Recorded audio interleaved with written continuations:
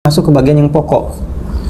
Ya, buka lagi, masuk begini, bagian yang pokok, tutup, baru ke wajah. Nah, ini yang ingin saya contohkan, bagian pokok yang paling utama itu. Ini ghasala itu ambil airnya, tumpahkan di wajah begini.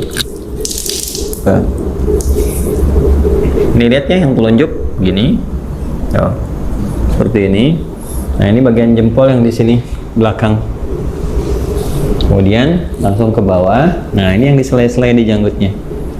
Ya, maksudnya apa? Supaya meresap air ke pori-pori karena melewati janggut dalam sini. Kalau nggak ada janggutnya bisa langsung dibasuh ke dagu ya, sini.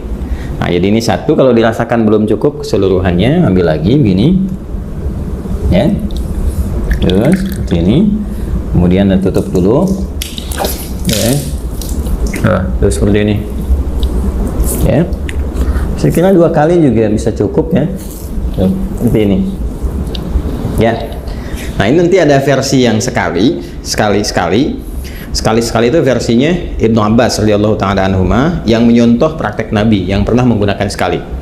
Itu kalau di Al-Bukhari, subtopik yang ke-21, marratan ya. Babul wudu, judulnya itu Babul wudu marratan. Bab pembahasan tentang wudu yang sekali basuh ya. Kemudian nanti yang versi yang keduanya, subtopik 22, itu yang versinya Abdullah bin Zaid. Babul wudu marrataini, 2 kali. Ya, kemudian versi yang Utsman bin Affan radhiyallahu taala anhu, yaitu yang subtopik 23. Itu yang 3 kali, talatan. Nah, versi yang dimaksudkan itu adalah pengalaman sahabat-sahabat mulia ini melihat wudunya Nabi untuk memanfaatkan air, dan juga terkait dengan luasan cakupan ya, apakah tercakup nggak dengan air itu kepada bagian-bagian yang harus dibasuh atau diusap dalam wudhu itu. Prinsipnya demikian. Jadi boleh sekali-sekali, 2 kali, atau 3 kali, dan mendahulukan yang kanan. Ingat ya, mendahulukan yang kanan. Ada namanya subbab yang pernah juga saya utarakan, yang nomor 31 subtopiknya babut tayammun. Ya, tentang tayammun ketika Nabi mengajarkan Ummu Atiyah radhiyallahu taala anha bagaimana mendahulukan yang kanan. Jadi kanan dulu baru kemudian kiri. Nah, ini tentang kanan dulu kemudian yang kiri juga akan masuk setelah ini. Ya, setelah kemudian wajah selesai, baru tangan sampai siku. Ini kita ambil lagi. Ya, wajah selesai, tangan sampai siku, kumpulkan seperti ini airnya. Nah, teman-teman sekalian, ini ya. Kemudian tumpahkan di tangan ini, ya, sampai siku ke sini. Nah, lalu ke sini depan, terus sampai ke sini ya. Nah, ratakan seperti ini. Jelas ya? Nah, kalau dirasakan belum cukup, rata, buka lagi airnya ya. Nah, dianggap cukup, ditumpahkan, tutup dulu seperti ini. Nah, nanti bisa dari depan begini ya, kemudian ke belakang bisa seperti ini, yang fleksibel saja. Penting airnya ditumpahkan, bisa ke sini dulu, bisa ke sini dulu. Ya, tadi kan saya mulai dari belakang seperti ini ke depan, kemudian yang kedua saya mulai dari depan untuk meratakan ya, seperti ini. Jelas ya? Nah, kemudian setelah itu ke yang kiri, itu yang dibuka lagi. Nah, tutup seperti ini ya. Ini boleh fleksibel dari mana mulainya, yang penting dari depan sini ke bagian siku. Ya, nah kurang lebih seperti ini. Ya, kalau mau kita samakan, kalau kanan 2 kali, kiri 2 kali juga ya, untuk bisa menyeimbangkan, menyamakan seperti ini. Tumpahkan, ya, pas ya. Baik. Nah, ini suasana malam kita prakteknya, jadi diiringi dengan sekuteng lewat. Ya, teman-teman. Saya, nah selesai. Kemudian mengusap kepala, bukan rambut ya. Karena kepala, ingat bagian mengusap itu ambil. Nah, ini kan dipercikan nih ya. Dipercikan seperti ini, tuh ya. Nah, jadi kita pun nggak harus terlalu banyak ngambilnya. Saya ambil secukupnya, percikan, dan nah ini untuk kepala. Kalau dirasakan nggak ada masalah, dari depan ke belakang seperti ini. Ya, kita boleh balikan lagi begini, atau cukup ke belakang juga begini, nggak ada masalah ya. Lalu versi pertama langsung ke telinga begini. Ya, langsung ke telinga. Ingat yang telunjuk ini bagian dalam begini. Yang jempol ini bagian belakang di sini. Ya, seperti ini. Bisa seperti itu, atau kita dahulukan dulu kepala misalnya. Ya. Nah, kemudian nggak terlalu banyak ya. Cipratkan begini. Nah, usapkan misalnya begini.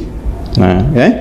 Setelah kita rasakan cukup untuk bagian kepala, boleh ditarik lagi ke depan, boleh, atau boleh cukup begini saja, sah. Ya, atau kalau ada kesulitan tertentu bagian kepala, dahulukan bekat ubun-ubun, atau nanti kalau ini bermasalah sakit bisa sisi-sisi yang lain termasuk kepala. Setelah itu ambil air lagi, ya kan, baru kemudian membasuh telinga seperti yang tadi dicontohkan. Bagian depannya menggunakan telunjuk di sini, belakangnya menggunakan jempol. Jelas ya? Baik, berpindah ke kaki. Nah, ini penting juga karena nanti ada hadis spesifik ya terkait dengan bagian kaki ini, khususnya kotoran-kotoran yang melekat di kuku, ya, kuku bagian jempol ini, ya, di sebelah sini ujung-ujung ini. Jadi perhatian, ingat kaki sampai kedua mata kaki sampai di sini. Ya, jadi kita bisa ambil lagi airnya seperti ini, ya. Kemudian cukup gini. Nah, biasanya saya bagi 3 bagian. Yang pertama saya tumpahkan, basuh ini dulu. Nah, setelah ini. Nah, kemudian bagian depan kita bersihkan dulu begini. Ini ya. Nah, udah seperti ini ke belakang, dan tentunya bagian belakang tidak mendapatkan porsi air yang cukup ya. Walaupun mendapatkan bagian tertentu untuk mengusap, tapi ini lebih bersih untuk bagian depan pertama.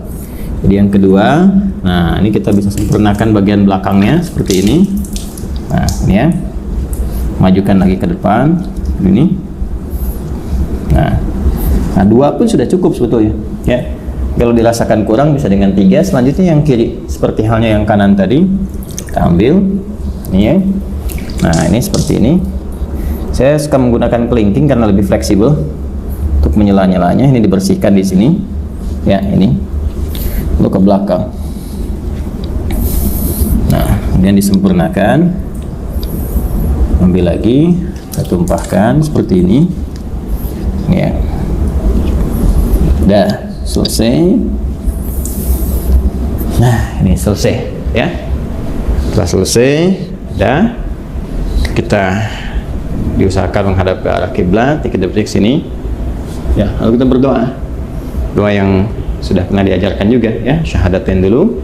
Asyhadu an la ilaha illallah, asyhadu anna Muhammadar Rasulullah, ya kan? Allahumma ja'alni minat tawwabin wa ja'alni minal mutatahhirin. Ya, kalau kita ingin supportkan doanya supaya dengan kita taubat, kemudian juga kita bersuci, ya Allah jadikan aku termasuk orang taubat. Berarti ini tadi kita sambil evaluasi. Makanya ada ulama juga yang menyarankan sambil saat dibasuh ini, kan, nadhafah ini kan nadhafah nih luarnya, nadhafah. Ya, tapi juga harus ada al-husnu wadhiyah. Sifat husnu wadhiyah itu yang dimaksud dengan taharahnya, bersih luarnya, suci dalamnya. Ini yang diisyarat Nabi di hadis Muslim, begitu jatuh air wudhu itu, jatuh pula dosa-dosa yang melekat kepada fungsi-fungsi organ tubuh yang digunakan itu. Jatuh. Nah, jatuhnya ini dengan taubat. Jadi kita merasakan ini ada yang salah nih sebelum wudhu nih ya, supaya hilang kesalahan itu. Makanya ada ulama yang mengajarkan evaluasi saat dibasuh itu, merasakan dalam diri, minta sama Allah supaya digugurkan dosa yang ada di wajah, digugurkan dosa yang ada di tangan, macam-macam. Dalam hati kita bisa meminta dengan bahasa kita, ya Allah, gitu kan, mohon hilangkan kesalahan-kesalahan yang melekat atau kebiasaan buruk pada tangan, pada wajah sebelumnya, dan sampai dengan ke ujung kaki. Itu dalam hati kita bisa meminta, tidak ada masalah di situ, karena ada unsur taubat di dalamnya. Jadi begitu selesai kita berdoa, kita mohon kepada Allah, digolongkan pada orang-orang yang taubat, kemudian juga yang terbiasa bersuci. Mutatahhir itu biasa bersuci. Jadi begitu wudunya misalnya batal, suci lagi, sehingga terjaga dalam kebaikan. Karena prinsip wudu itu kan menjaga diri dalam kebaikan. Oke?